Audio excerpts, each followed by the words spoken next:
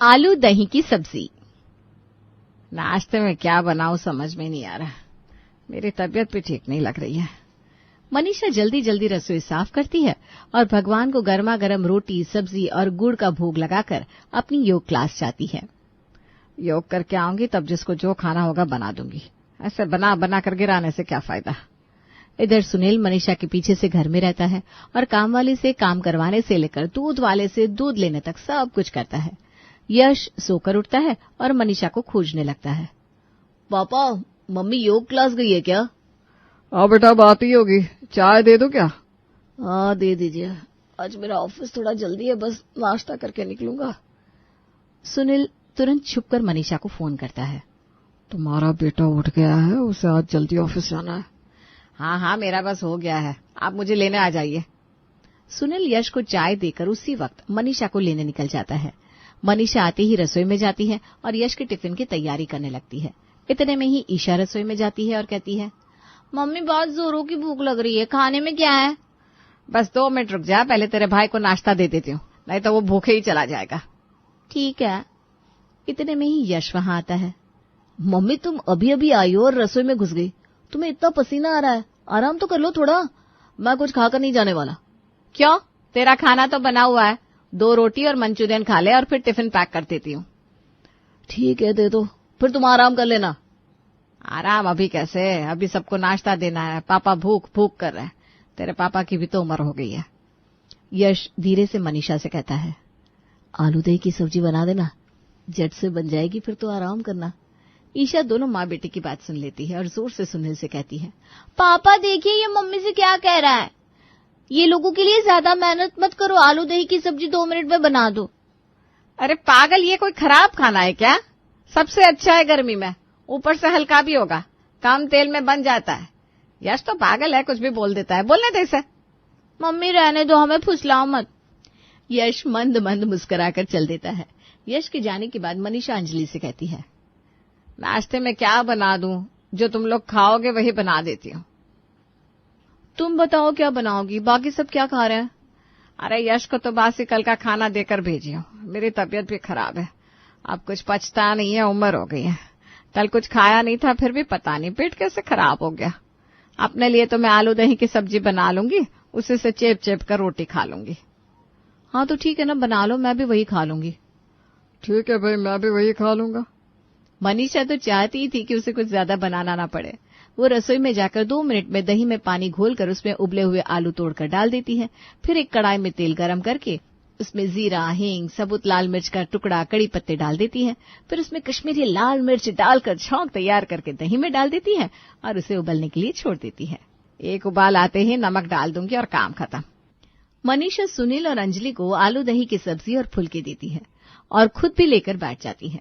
ईशा जब सबको आलू दही की सब्जी रोटी के साथ खाते देखती है तो, यही बनाई हो, जब देखो एक आलू दही की सब्जी बनाकर रख देती हो, मुझे नहीं भाता ये। ठीक है, तू रहने दे, मैं तेरे लिए कुछ और बना देती हूँ। अब रहने दो, एक मेरे लिए क्या ही बनाओगी? तुम जानबूझकर ये सब करती हो ना मम्मी, ताकि मैं खाना ना खाऊं। अरे कैसे बोल रही है तू बेटा, मैं बनाने तो जा रही हूँ ना तेरे लिए। बता दे, जो भी तुझे खाना है 5 मिनट में बन जाएगा। रोज एक ही चीज बना देती हो, खुद तुम्हें होना चाहिए, जब मैं नहीं खाती हूँ तो कुछ अच्छा सा और बना दे। मनीषा रोने जैसी सूरत बनाकर कहती है, बेटा मुझे समझ में नहीं आता क्या बनाऊं, जो बनाती हूँ कोई कुछ खाता नहीं तो कोई कुछ नहीं। आलू दही की सब्जी मैं, तेरे पापा और अंजलि खा लेते हैं तो बना लेती हूँ। अब कोई हरी सब्जी भी नहीं आ रही, एक आलू ही तो आता है, उसका क्या ही बनाऊं? आलू के पराठे बना दूं क्या बेटा? नहीं, रहने दो। ईशा चिड़चिड़ा जाती है और एक रोटी के साथ आलू दही की सब्जी खाती है और रोती जाती है। पूरे घर का माहौल खराब हो जाता है। डर से मनीषा ईशा से कुछ नहीं कहती। सुबह का नाश्ता ही 12 बजे होता है तो आज कोई दोपहर में खाना नहीं खाता। रात को मनीषा अंजलि से कहती है, आज चावल दोपहर में नहीं बना था तो अभी चावल बना लेती हूँ। तू तो चावल और आलू दही की सब्जी खा लेगी ना? हाँ हाँ खा लूंगी। तेरे पापा और मैं भी खा लेंगे। यश और ईशा से पूछ लेती हूँ, वो खाएंगे तो उनके लिए भी बना दूंगी। इतने में ही यश वहां आता है और मनीषा को कहता है, मम्मी क्या हुआ है, तुम इस तरह से क्यों चल रही हो? अरे कुछ नहीं हुआ मेरे राजा बाबू, ये बता तू क्या खाएगा? मेरे लिए कुछ बनाने की जरूरत नहीं है, जो बनाए मैं खा लूंगा। हद है यार, तीनों टाइम आलू दही की सब्जी। आलू दही नहीं, शाही खाना हो गया है जैसे। पता नहीं तुम लोग सब कैसे खा लेते हो। कैसे क्या, हम लोग सब यही तो खाते आए हैं बचपन से।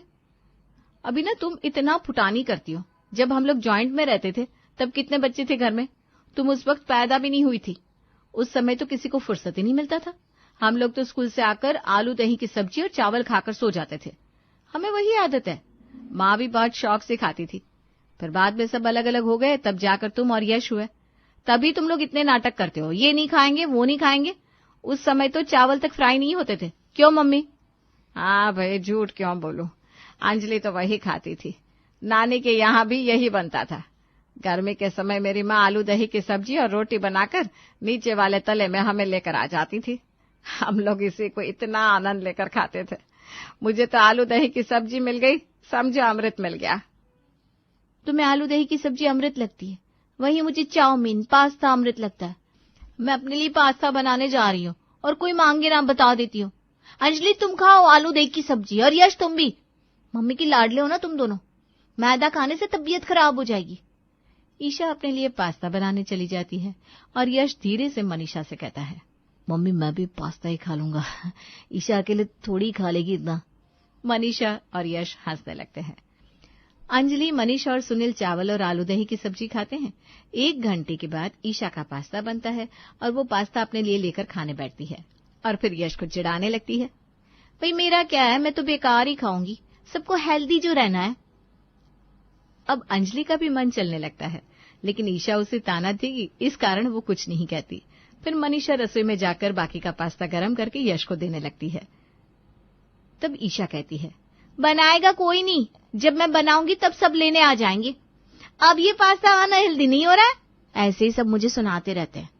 तुम इतना सब खा लोगी तो अकेले बर्बाद ना हो जाओ ना, इसलिए मैं खा रहा हूँ। कितनी मेहनत से अनाज आता है। तुम उसकी चिंता मत करो, मैं खा लूंगी। खुराक तो अच्छा हो गया तेरा। नजर तुम ही लगाते हो, जिससे मेरा खाना अंदर नहीं जाता है। मैं बाद में खाऊंगी बचा हुआ पास्ता। अरे रे रे, अब बासी कैसे खाओगी तुम तो बासी खाना खाती नहीं हो। ईशा चिड़चिड़ा जाती है। जा खा ले, सुख से खाने भी नहीं देता है, अंदर ही नहीं जा रहा है। बेटा अब तू पास्ता भी खाने की तरह खाएगी तो कोई क्या करेगा? ये सब थोड़ा ही भाता है। मुझे पता था तुम यही कहोगी, तुम्हारे दोनों बच्चे मुझे नजर लगाते रहते हैं। ईशा अपना थाली वाला पास्ता भी छोड़ देती है और मनीषा वो अंजलि को दे देती है। अंजलि उसे सफा चट कर देती है। ईशा अपने कमरे में जाकर रोने लगती है। सुख में मुझे खाने भी नहीं देते हैं। इधर मनीषा और सुनील ईशा को लेकर परेशान रहते हैं। कब जाके सुधरेगी ये? जब देखो तब बाहर का खाना, मैदा मैदा मैदा। कैसे चलेगा इसका शरीर ऐसे? शादी के बाद लड़की को कितनी दिक्कत होती है, बच्चे कैसे होंगे? अब क्या करूं मैं, तुम्ही ने तो बिगाड़ा इसे। बचपन से भूज भूज कर देती हो। हमारी माँ हमें क्या बस एक आलू दही की सब्जी बनाकर देती थी, वो भी तीनों टाइम, और हम तो बिना नखरे किए खा लेते थे। अब वो नहीं खाती तो मैं क्या करूं? बीमार पड़ जाएगी तो मुझे ही देखना पड़ेगा। इस घर में कोई कुछ नहीं करता। दिन बीतने लगते हैं। एक रोज मनीषा की बहन पुष्पा उसे फोन करती है। मन नहीं लग रहा है, सोच रही हूँ अपनी बेटी और नातिन के साथ तेरे घर आ जाऊं। अरे इस पे बोलने वाली क्या बात है, आजा। वैसे भी हमारा पीहर तो माँ बाप के जाने के बाद खत्म हो गया। अब हम बहन ही तो है एक दूसरे की। वही ना, ऐसी भाभिया भगवान किसी को ना दे जैसी हमें मिली है। अरे आग लगा उन्हें, उनका नाम लेकर क्यों अपना मन खराब करती है? मैंने तो सोच लिया है मेरा कोई भाई ही नहीं है। सही कहा। ईशा, यश और अंजलि खुश हो जाते हैं। चलो मौसी और दीदी आ रही है, इसी बहाने अच्छा अच्छा खाने को मिलेगा। कुछ दिनों के लिए आलू दही की सब्जी से छुटकारा तो मिलेगा। दीदी अपनी बेटी को भी ला रही है? बहुत दिन हो गए हम लोग कहीं घूमने नहीं गए। मौसी आएगी तो गाड़ी बुक करके घूमने चलेंगे। हाँ हाँ चले जाना, लेकिन पहले मौसी को तो आने दे। 1 हफ्ते बाद पुष्पा अपनी बेटी सोनिया और नातिन आरू के साथ मनीषा के घर आती है। पुष्पा के आने से मनीषा के घर का माहौल थोड़ा हल्का होता है। अरे गधी, ये सब लाने की क्या जरूरत थी? सोनिया, नाश्ते में समोसा मंगवा रही हूँ, दोपहर में बता क्या बना दूं? मौसी समोसे की कोई जरूरत नहीं है। ज्यादा पैसे हो गए क्या तुम्हारे पास? तो मुझे ऐसे ही दे दो। रात की रोटी होगी ना, हम वही खा लेंगे। पागल है क्या? इतने दिनों बाद तुम लोग आए हो और मैं तुम्हें बासी खिलाऊं, ये अच्छा लगता है क्या? अरे कौन सा हम पर आए हैं भाई, पैसा मत काट। मौसी इसी बहाने हमें भी खाने को मिल जाएगा, वरना मम्मी तो खुद बाहर का खाती नहीं है। मनीषा बाजार से सबके लिए समोसे मंगवा देती है। सब एक साथ बैठकर नाश्ता करते हैं। पुष्पा, मनीषा और सोनिया अपनी पुरानी बातों में लग जाते हैं। दोपहर के खाने का वक्त होता है। मनीषा कहती है, पुष्पा बताना क्या बना दूं? चावल तो आज बनेगा नहीं, आज एकादशी है। मम्मी चाउमीन बना दो ना, सोनिया दीदी का भी मन होगा और आरू भी खाती होगी शौक से। नहीं मौसी, आरू को मैंने बिल्कुल भी बाहर के खाने की आदत नहीं लगाई है, बस दाल चावल यही सब खाती है वो। बहुत दिनों से मुझे आलू की पूड़ी और आलू दही की सब्जी खाने का मन हो रहा है। छोटे में नानी घर में खाया करती थी, नानी बनाती थी ना हमारे लिए। हाँ, मुझे भी ना आलू की पूड़ी और आलू दही की सब्जी बहुत पसंद है। ठीक है, फिर सब खा लेंगे यही, और रात में भी यही हो जाएगा। यश भी खा ही लेता है। ईशा अपनी बातें पर हाथ रख लेती है। ये सब लोग इतने कंगले की तरह क्यों करते हैं? आलू दही की सब्जी नहीं हो गई जैसे कि शाही पकवान हो? भगवान, क्यों मुझे इन गरीबों के यहाँ पैदा किया, जिन्हें कॉन्टिनेंटल और चाइनीज खाना समझ में नहीं आता। मनीषा खाना बनाकर सबको खिलाती है। सोनिया चटकारे ले लेकर आलू दही की सब्जी खाती है। मौसी एक नंबर, नानी के हाथों का स्वाद याद दिला दिया आपने। खाना तो ये अच्छा बनाती ही है, कवारे से ही। अरे आरू को भी खिलाना। आरू भी खा तो रही है साथ में। मम्मी का बस चले ना तो शादी में भी आलू दही की सब्जी ही रखवा दे। हाँ बिल्कुल, खराबी क्या है इसमें? तेरे आस्ता पास्ता से तो अच्छी है ये। एक हफ्ते बाद पुष्पा, सोनिया और आरू जाने लगती है। मौसी ट्रेन के लिए आलू दही की सब्जी और पराठे पैक कर दो ना प्लीज। अरे तेरे बोलने से पहले ही मैंने तैयार कर दिया था बेटा। ये होती है मौसी। मनीषा खाना पैक करके देती है और सुनील पुष्पा, सोनिया और आरू को ट्रेन में बिठा कर आ जाता है। इधर पुष्पा के जाते ही ईशा घर में तमाशा चालू कर देती है। मम्मी, मैं तुम्हारे हाथ का खाना नहीं खाऊंगी। ये आलू दही की सब्जी खा खाकर मेरा मुंह कचड़ा हो गया है। मुझे 1000 दो, मुझे अपने दोस्तों के साथ पार्टी करने जाना है। और मेरी सहेली एक ढाबे से खाना मंगवाती है, उसके यहाँ का खाना बहुत टेस्टी होता है। अब मैं वही का खाना अपने लिए मंगवा लूंगी। महीने का 2500 है। ये क्या बोल रही है, हैं? अपने घर में कब से ये सब होने लगा? अच्छा लगता है क्या? मैं बना दूंगी तुझे जो भी खाना है, मत खा तू ये आलू दही की सब्जी। नहीं मम्मी, रहने दो, मुझे जरूरत नहीं है। तुम अपने ऐसे घुटने लेकर खाना मेरे लिए मत बनाओ, वरना तुम्हारे बच्चे मुझे सुनाने लगेंगे। मैं घर में खाती तो पैसे लगते ना, वही समझो। बेटा वो अलग बात है, बहुत कम खर्च होते हैं घर में। तुम्हारी तरह बाकी दोनों भी कहेंगे तो इस घर का क्या ही होगा। वो सब मुझे नहीं पता, हर बात में मैं ही कॉम्प्रोमाइज क्यों करूं? ईशा अपना फोन फेंक कर कमरे में चली जाती है। करने दो इसे जो करना है, वरना पूरे समय घर का माहौल खराब करके रखेगी। कुछ दिनों में अपने आप ही अकल ठिकाने आ जाएगी इसकी। ठीक है, मैं चाहती नहीं हूं कि कभी मेरा घर टूटे। आप कहते हो तो मैं उसे पैसे दे दूंगी।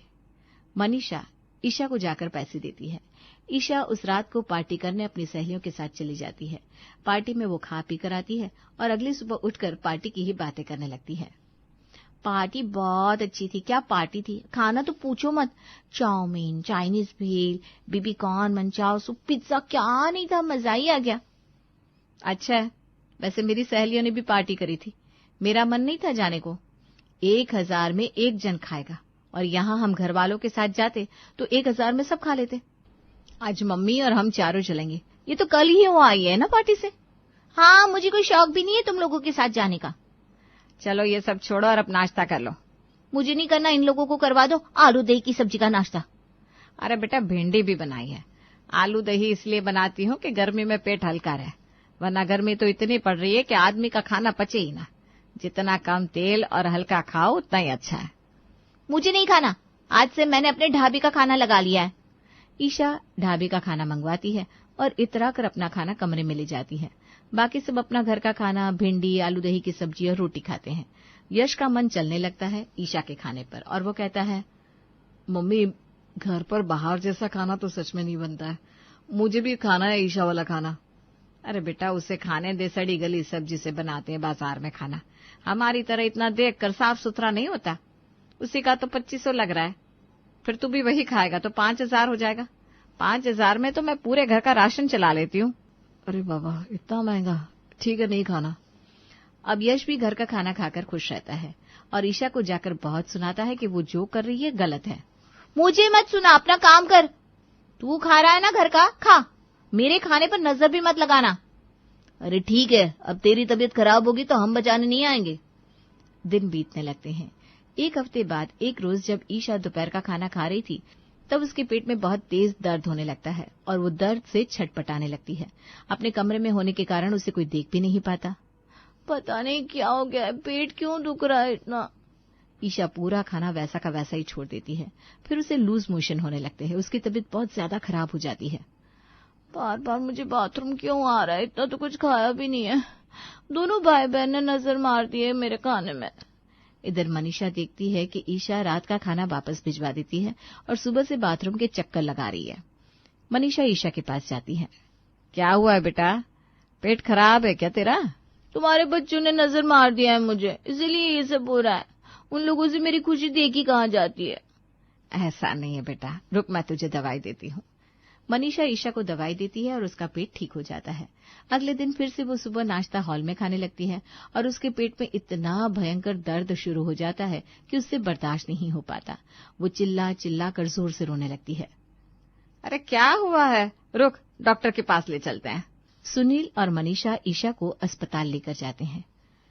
मैंने पेन किलर दे दिया है, एक बार दर्द कंट्रोल के लिए।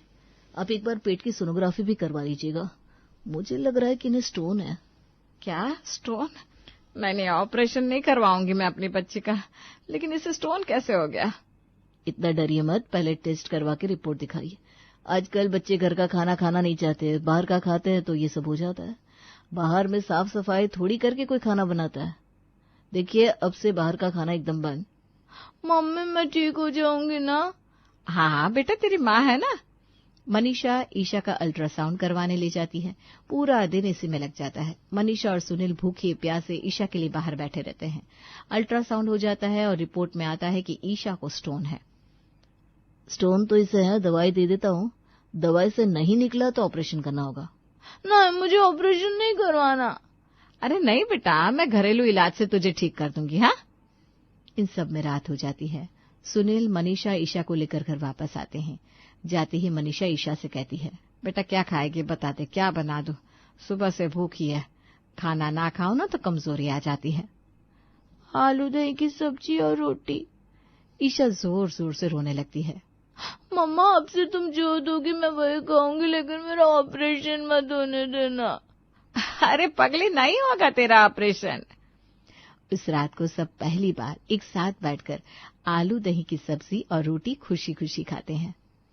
मम्मा अब मुझे समझ में आ गया, तुम हमें आलू दही की सब्जी क्यों खिलाती हो, ताकि वो हमारे पाचन के लिए अच्छी रहे और खाना आराम से अंदर जाए। अब मैं तीनों टाइम आलू दही की सब्जी रोटी खा लूंगी। ईशा अब आलू दही की सब्जी रोटी ही खाती है। मनीषा पथरी का घरेलू इलाज चालू कर देती है और कुछ ही महीनों में ईशा की पथरी निकल जाती है और अब आलू दही की सब्जी ईशा की फेवरेट हो जाती है।